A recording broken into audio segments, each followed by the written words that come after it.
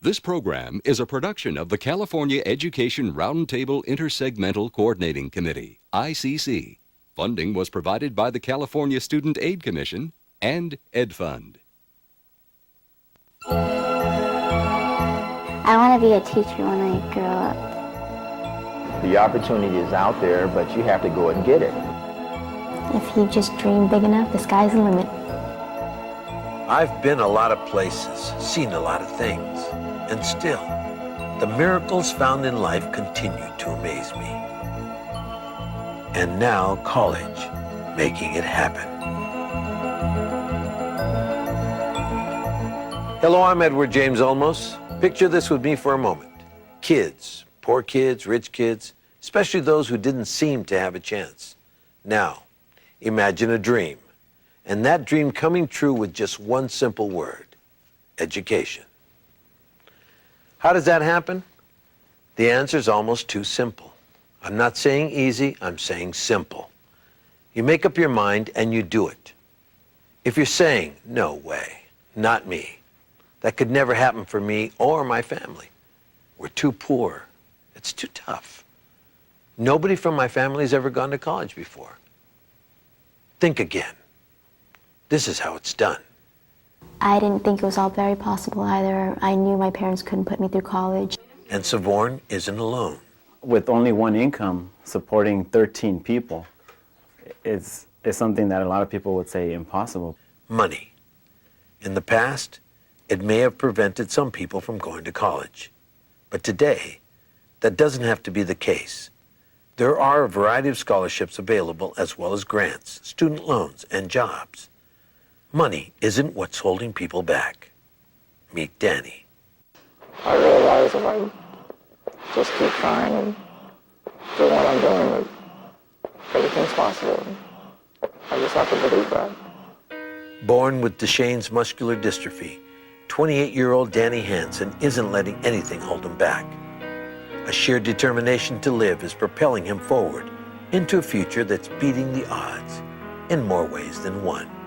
He'd had a pulmonary collapse, and so the doctor told us that we had about 15 minutes to make a decision whether to let him live or not. We knew that we couldn't make the decision. We knew Danny had to make the decision. But we also knew what his decision was going to be. We knew. No way was he ready to leave this world. There were too many things he wanted to get done. I tried to explain to him, well, he could go and be with Grandma and Grandpa, or he would have to be hooked up to a machine all the time, and he couldn't talk, and so we got him a piece of paper to write, and the first thing he wrote is, "Life has been great, and after the trach, I'll fight on." So we hooked him up, and he's had a great life since. A tracheotomy and breathing machine today keep Danny alive, but it's determination that keeps him going. That, we all go through trials, and we can all overcome it if we believe we can. We have the right attitude. The right attitude. It's working for Danny. It's getting him through life, and now through college.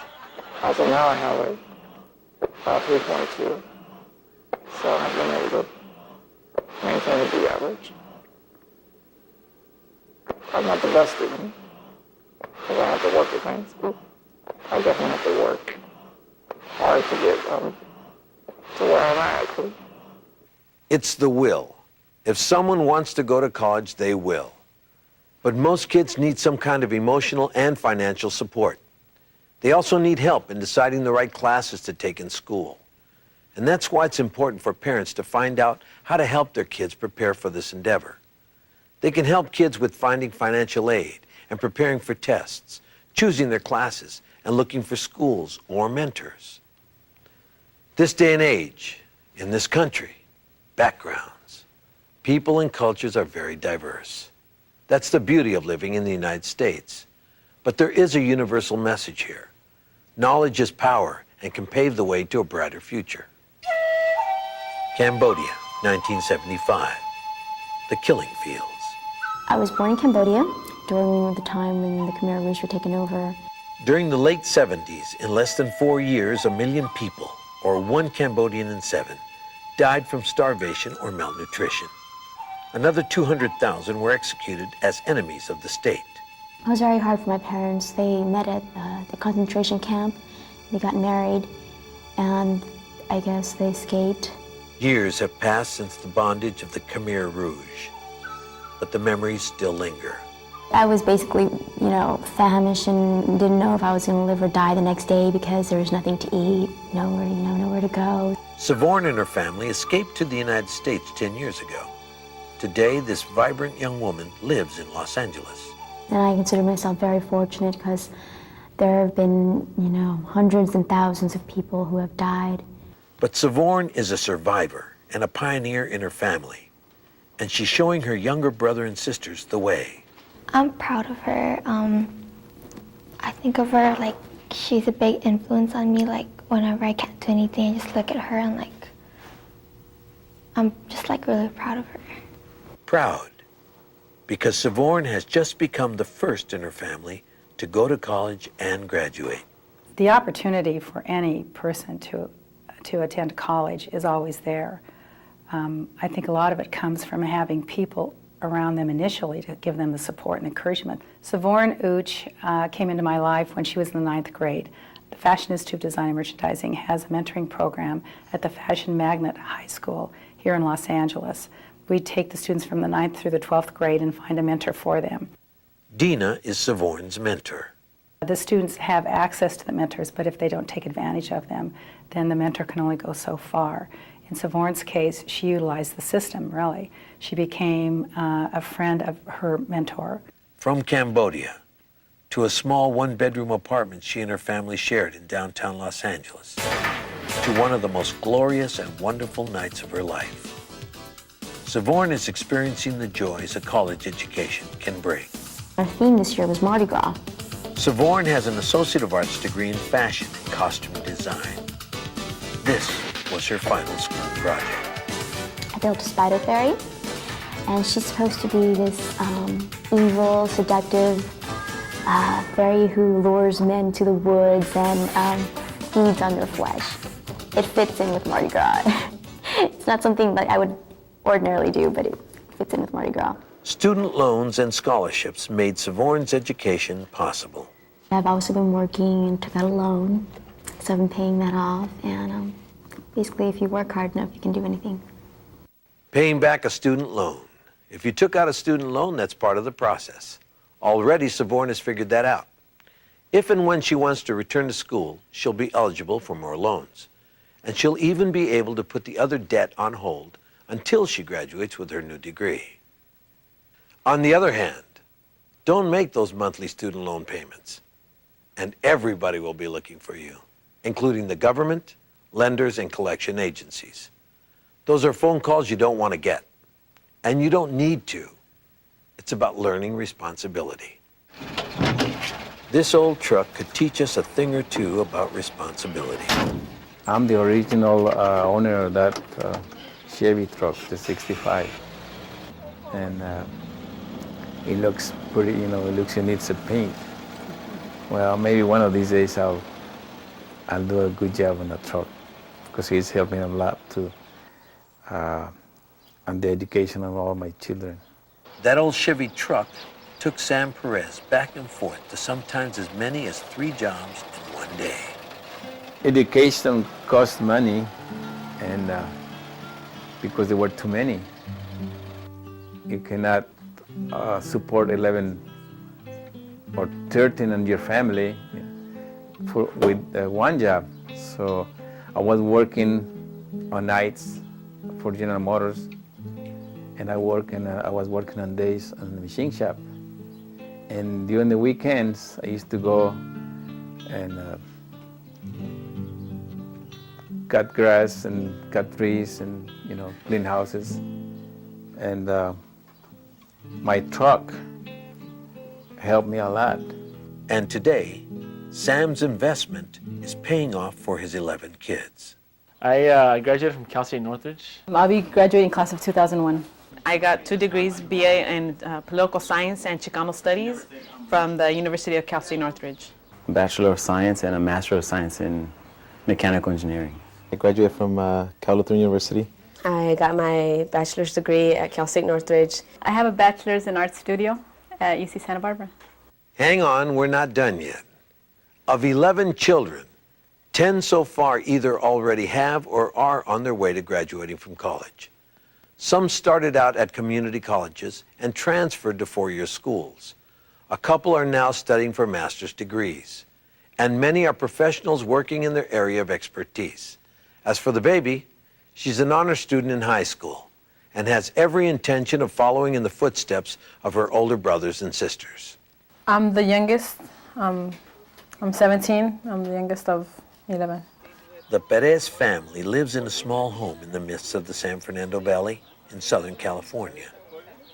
Well, they may have been short on cash. They've never been short on hopes and dreams. Thank God I have my parents and my family there. Like, we know you can do it. We know you can do it, and they do. They see so much potential in me that sometimes I don't even see. A foundation of unconditional love and respect. That's what the Perez family is built on. Mom didn't work outside of the home. She never had a chance to go to school to learn the English because she wanted to stay here, taking care of the sons and daughters. She didn't want to give the kids to somewhere else to take care of them. As for Dad, well, he's my biggest inspiration. He's someone that has never given up on me.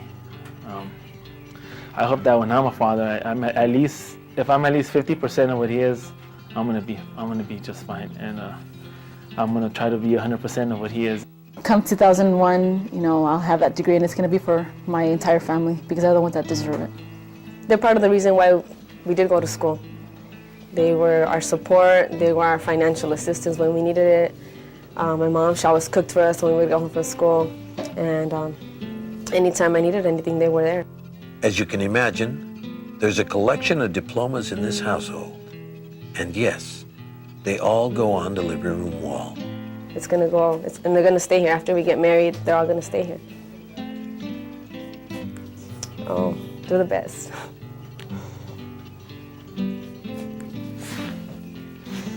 Sam Perez and his wife Maria are from Mexico. They had very little education, yet getting their kids through college was a priority. And that meant learning how to help their kids choose the right classes to prepare them for college, and finding out how to take advantage of financial aid. And you may not know this, but these days, 80% of students going to college use financial aid. To me, it's easy. And now, if you know the way, with scholarships, loans, and sure, a little bit of your money. I use pretty much about everything: scholarships, grant, university grant, Pell Grant, a couple loans, and work study as well. They saw that when they came to this country that there was an opportunity. They wanted to make sure that we also took part in that education process so that we could better our lives. And when I was in school, when I felt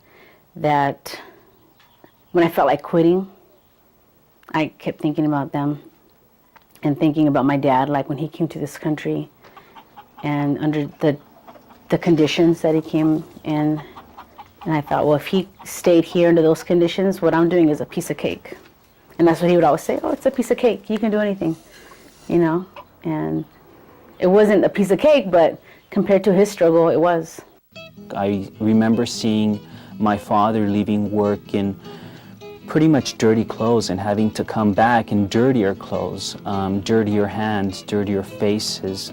From an early age, Jorge Aguilar remembers wanting to go to college. Somehow, he knew it would be his ticket out of the fields. It's very difficult sometimes when you grow up in a small community and you know everyone in the community to leave the community.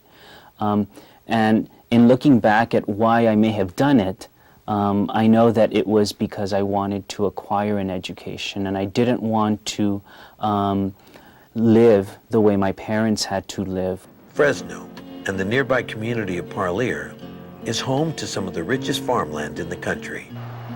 It's also home to some of the poorest people anywhere in the nation. Parlier is a rural community inhabited by a lot of immigrants, farm laborers. The level of income is relatively low, and the level of college going is relatively low also. It's my hometown, it's where I grew up, and it means a lot. In communities like Parlier, you grow up with very few role models. You don't have a neighbor who's an attorney, and the other neighbor's a doctor, and the front door neighbor's a chiropractor. That may have been the case 10 years ago when Jorge was graduating from high school, but that's definitely not the case today. Jorge and many of his former classmates are making sure of that. Out of here at Cesar Chavez School, out of the 32 teachers we have, 19 have graduated from Parlier High School. And one of the things you see, and I think our school is very successful, and it's due to the fact that we're coming back and we're giving something back to the community.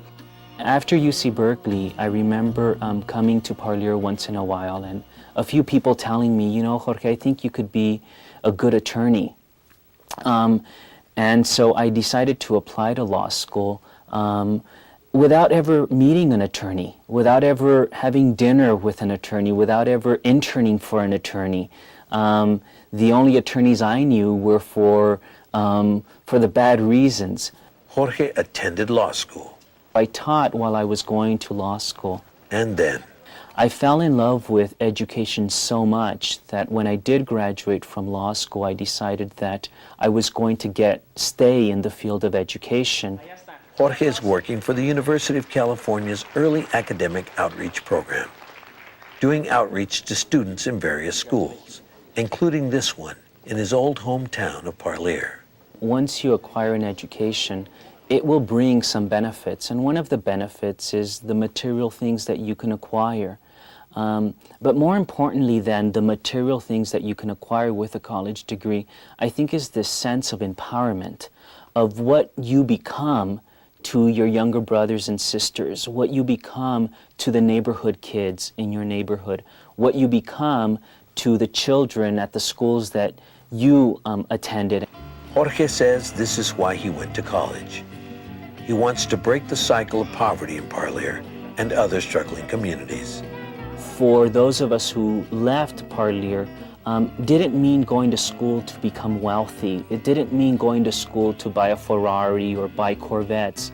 I think it ended up being going to school and then coming back because you learned of what an education can do for you and in your life, and wanting to do the same thing and impact the same people that remind you of who you were as a little kid. Jorge's younger brother and sister. I like what he's doing and what he's like teaching the kids that to go like to a good university. I think it's great because you can do a lot more with having an education. You can get a better job instead of working in the fields. What many people don't realize is that these days college is more affordable than ever. Some schools are more expensive than others, but in California, for example, there are a variety to choose from. In fact, there are 300 schools. They're broken into 5 different sectors.